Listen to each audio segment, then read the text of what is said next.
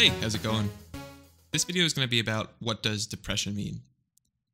So before we can understand how to treat depression, we need to know how psychiatrists define depression. And pay attention, I'm choosing my words pretty carefully here. How psychiatrists define depression. I'm not answering what is depression.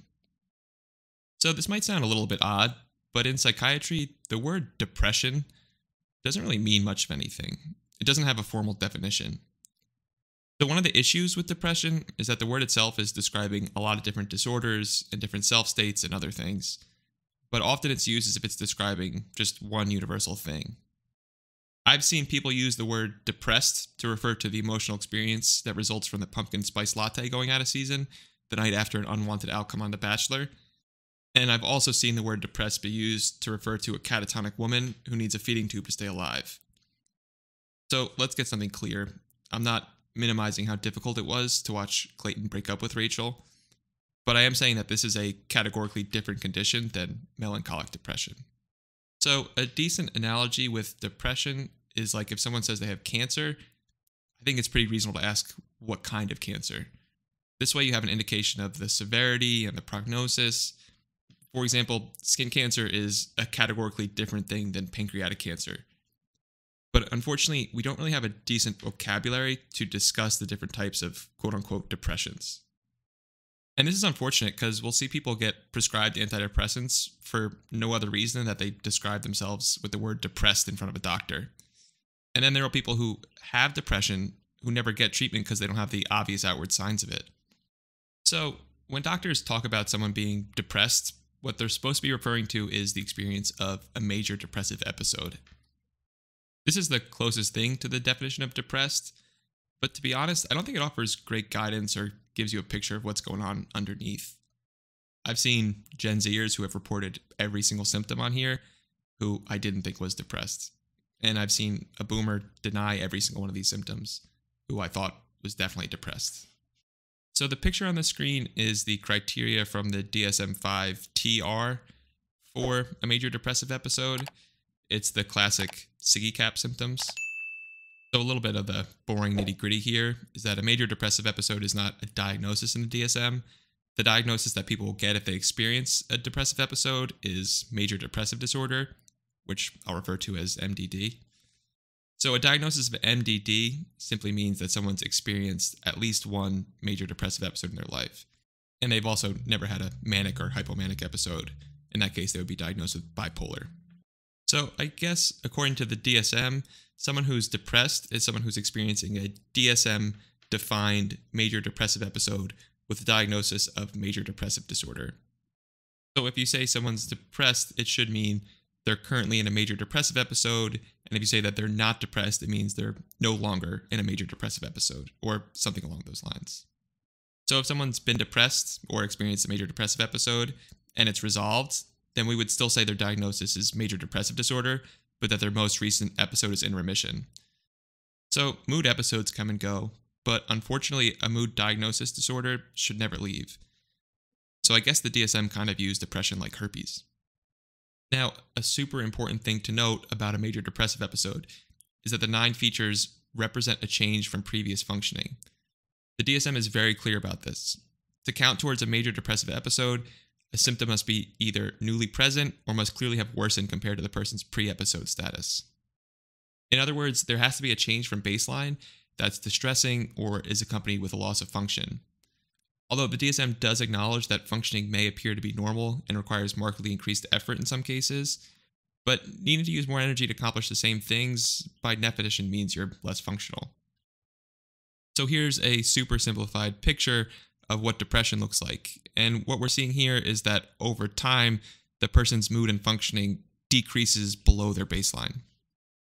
And this is important because the goal of treatment, whether it's medications or therapy, is to bring a person back to baseline, whatever that may be. It's not to make the person happy or to stop the person from feeling negative emotions or to bring back the orange mocha frappuccino to Starbucks.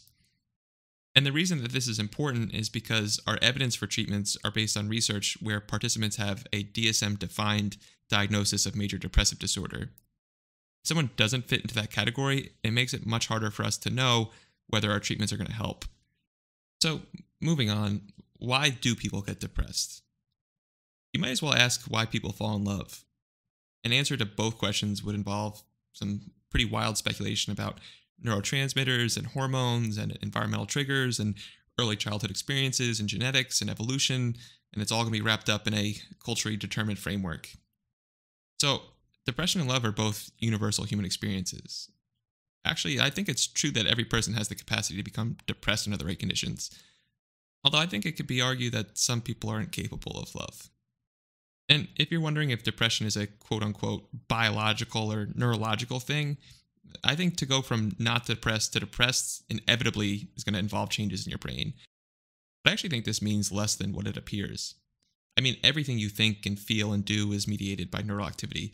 So, of course, any change in your typical pattern of thinking and feeling and doing is going to involve changes in your brain. I think it's fair to say that this is true, but not necessarily that these changes are pathological by nature.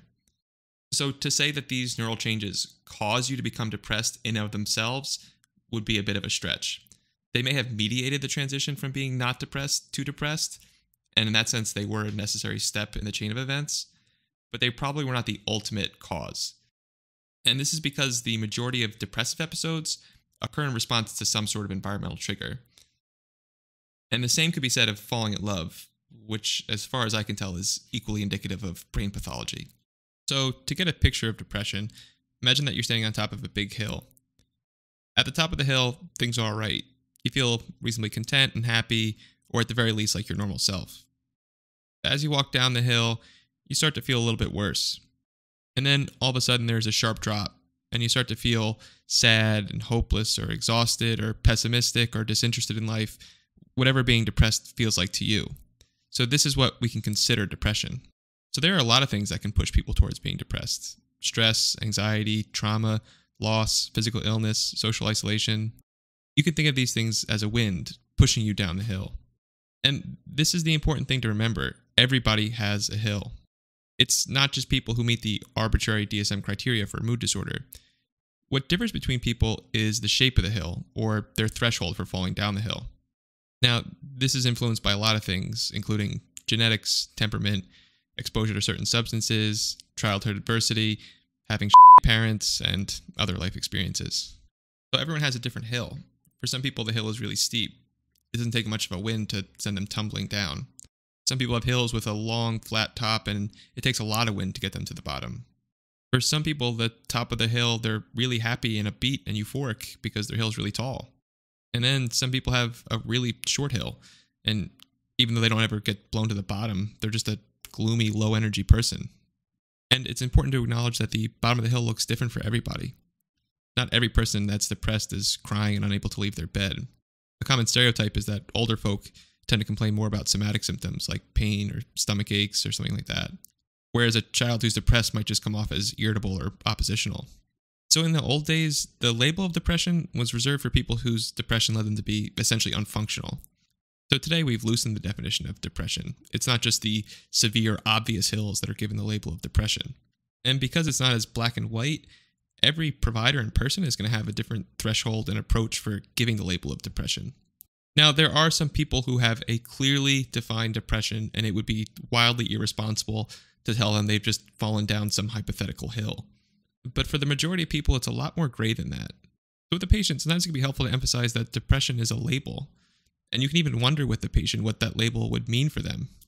For some people, viewing their hill as depression gives them an appreciation for their need for medications, or their need to go to therapy, or a need to do the things that allow them to not fall down their hill.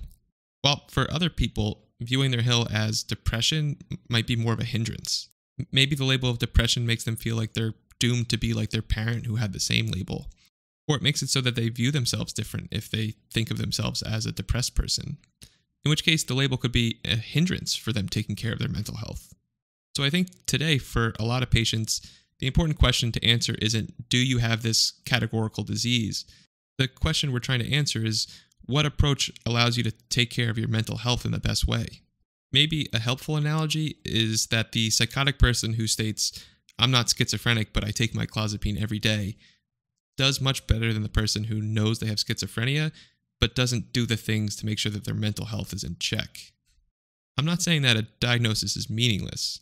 What I'm trying to emphasize is that these labels should be used as a way to maximize a person's functioning. So if you find yourself or a patient at the bottom of a hill, remember that it's okay, it could happen to anyone. The important thing to emphasize is that it's just a hill, it's not the Grand Canyon. And there's a very good chance that there's eventually going to be a way to climb back up to the top. And there are a lot of different tools and methods for getting back. Exercise, therapy, and antidepressants are just some of the tools that can make the climb a little bit easier. Now, I just want to mention that this view of depression is the one that resonates the most with me. And I also should mention that I'm stealing the majority of this content from other psychiatrists, and actually taking a decent amount word for word because I didn't want to put in effort to make it worse. But I just wanted to emphasize that this is just one perspective of depression. Not every psychiatrist thinks this way, and if you don't think this way, or you don't think that this way of thinking is helpful for you, then don't go against what's helpful for you. This is just one way to approach it. Hello, I am the creator of PsychoFarm. I'm here today to announce the PsychoFarm Anti-Depressant Psychopharmacology course. I've put what can only be described as a stupid amount of time into making this course. I learned a new software so that the graphics are nice and clean. I've put all my free time into making these videos. I'm covering a lot in this course. It's going to go over kind of the basics of treating depression. It's going to go over the SSRIs, the SNRIs, the MAOIs, the TCAs, and some of the atypical antidepressants. I really appreciate all the support. If you can share this with people who you think would be interested in this course, I would really appreciate it. If this goes okay, then I can justify continuing to spend so much time on making this stuff, and I hope to eventually move to an antipsychotic course, a mood stabilizer course. I have a lot of ideas, I just need to justify using all this time on these projects. Thank you for watching, thank you for considering. Have a good day.